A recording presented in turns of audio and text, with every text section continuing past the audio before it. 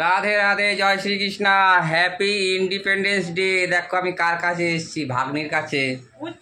ভাগ্নি তো যায় না, ওই হাটে হাটে গেছিলাম, তাই বললো উচ্ছে এনে দিতে, তাই এই উচ্ছে নিয়ে এলাম।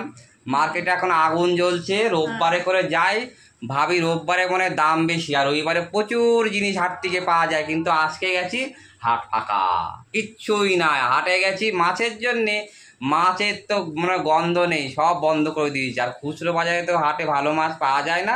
আবার এসে অন্নপূর্ণা থেকে মাছ নিলাম, চোখ মুখের হাল কি হয়েছে। 7:30টায় বেরিয়েছি, আর এখন 11টা 10 বাজে ফিরলাম। শুধু ঘুরেছি, ভব ঘোরার মতো ঘুরেছি। তারপরে ঠাকুরের একটু বাজার সদাই করলাম, তা ভাগ্নে একটু উচ্ছেটা নিয়ে এলাম, আর দিয়ে গেলাম। ওর তো কেউ নেই, আর এই রোগা বদনে রোদের মধ্যে কোথায় যাবে বলো, ওই জন্য মায়া হয়। আমার তো করা অভ্যাস আছে। মামা আমার জন্য খুবই করে, কেন মিথ্যা কথা বলবো? না গো, কিছুই করি না। ও ভিআইপি তো, আমি এসে খবর নিই না।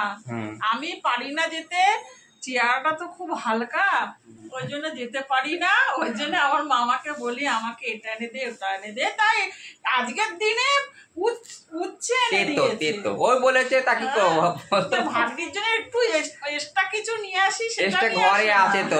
তাল আছে, মিষ্টি জিনিস, তারপর নিয়ে এসছি। তারপরে তো আবার একটু কালকে করবো প্রসাদ, একটু পাবে। ও এমনি যা কিছুই করে আমাকে অন্তত দিয়ে যায়, এটা তো আমাকে। আমি আমার ধর্ম পালন করি, ও না পালন করুক, আমি তো করি। দিদি আমাকে, ওর মাকে আমার দিদি দেখেছি, ভাই দেখেছে, তার সেই সম্পর্ক কি সবাই নিভাতে পারে? আমি নিয়মিত হচ্ছে মামা ভাগ্নিকেই দেখবে। ও আচ্ছা, দিদি বলে গেছে বলে না, এটা তো দিদি ভাগ্নি খাবে শুধু। যাই হোক, আজকে দিন সবাই ভালো মন্দ খাও, ভালো থেকো। জন্মাষ্টমী কবে পড়ছে তা সঠিক কেউ বলতে পারছে না। আজকে তো আবার 10টার আগেই লাগছে, তাহলে তো কৃষ্ণের জন্ম তো সেই 12টার সময় হয়েছিল।